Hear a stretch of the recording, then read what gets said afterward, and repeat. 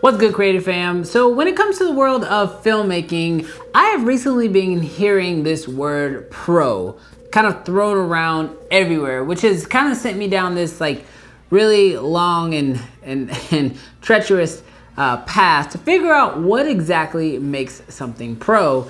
And so that's what I want to do in this brand new series is I want to unpack what is pro and what makes something pro.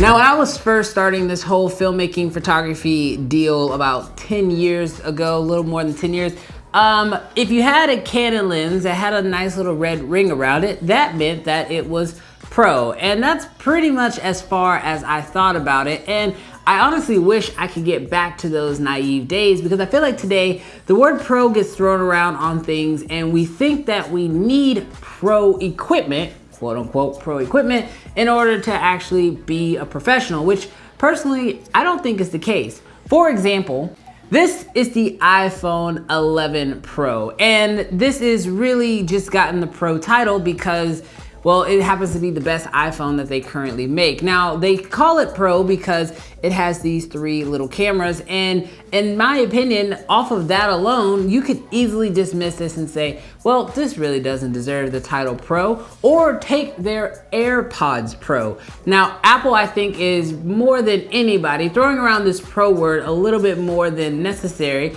But when you really start to think about it, I mean, I made an entire video showing you how I shoot real estate videos using the iPhone, and by using the iPhone to make money, does that make it pro?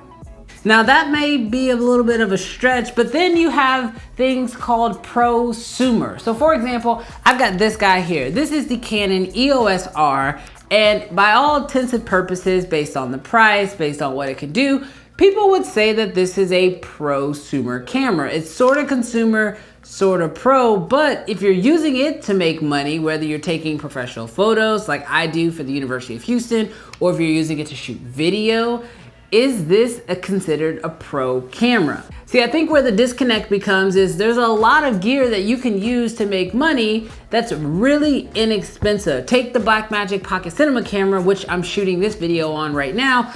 It is a very inexpensive camera, but it can be used in a lot of pro situations. But then there's certain gear that no one is going to argue that is pro. For example, this guy right here. This is the red, Helium 8K Super 35mm professional cinema camera. Now, I have this camera right now because I've been shooting a couple projects with it, and I'm gonna definitely be giving you guys some more insight on this camera. Now this, without any hesitation, is a pro camera. But what makes this as a pro camera different than this as a pro camera, different than this as a pro camera? Well, that's what my whole new series is all about. I'm super excited to announce that I'm gonna be starting a brand new series, sort of like I did with my Business Mondays, which don't worry, those will be coming back soon. But I'm starting up a new series called Pro Tools, going over all the different professional tools that filmmakers and creators use on a daily basis. Now, what exactly makes something pro? In my personal opinion, an item is considered a pro item if it can actually assist you in making money. I think as a professional, which is what pro, I believe, is short for. I mean, I don't know, gotta ask Apple, I guess. But I guess for me, a pro is short for professional, and a professional is anyone who uses tools in order to actually garnish money or in order to charge clients to make things. Now, I understand that there are creators out there who don't charge anything for their work and they create purely for the joy of it. And I personally sometimes really envy them because to be 100% honest, sometimes creating can feel a lot like work. But I will say that any type of gear that can be used professionally in a professional environment in order to actually make money, in my opinion, is a pro tool. Now, some people are gonna disagree with that, and I'm completely open to any discussion that you guys have as far as what exactly makes an item a pro item. But as I've mentioned, even with the iPhone, if used in the right way, it can be a pro tool. On this channel, I get a chance to review a lot of products, and recently I've been going a lot more into detail on the products as far as if they're worth buying and if they're worth using in the commercial world, because I know a lot of you guys are, strapped for cash, or you're trying to figure out what exactly you need to buy versus rent versus use. What exactly do you truly need in order to have? And so in this series, I'm going to be reviewing a lot more high-end products, because I know a lot of us have aspirations, whether that is to purchase a Red camera or use professional computers, whether that is the new Mac Pro or building a pro level computer.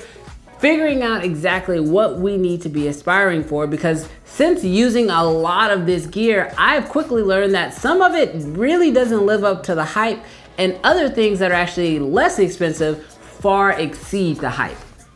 I've definitely been blessed to have the opportunity to check out a lot of awesome gear here on the channel, but I want to know, what gear do you guys want me to test out in the future? I do have the options to reaching out to a lot of these companies, so if there's something that you want me to check out, to give you some information on, leave it down in the comments below. But one last thing before we end this video is I want to do something that I haven't done in a while, and that is my Creative Fam shout out of the day. And today's goes to Andre. Thanks so much for that comment. I'm excited to be back, and yes, I'm excited to be celebrating 40,000 subscribers on the channel. So thank you so much for showing love on the channel, and to everyone else, thanks so much for watching this video, and I'll catch you guys in the next one. Peace.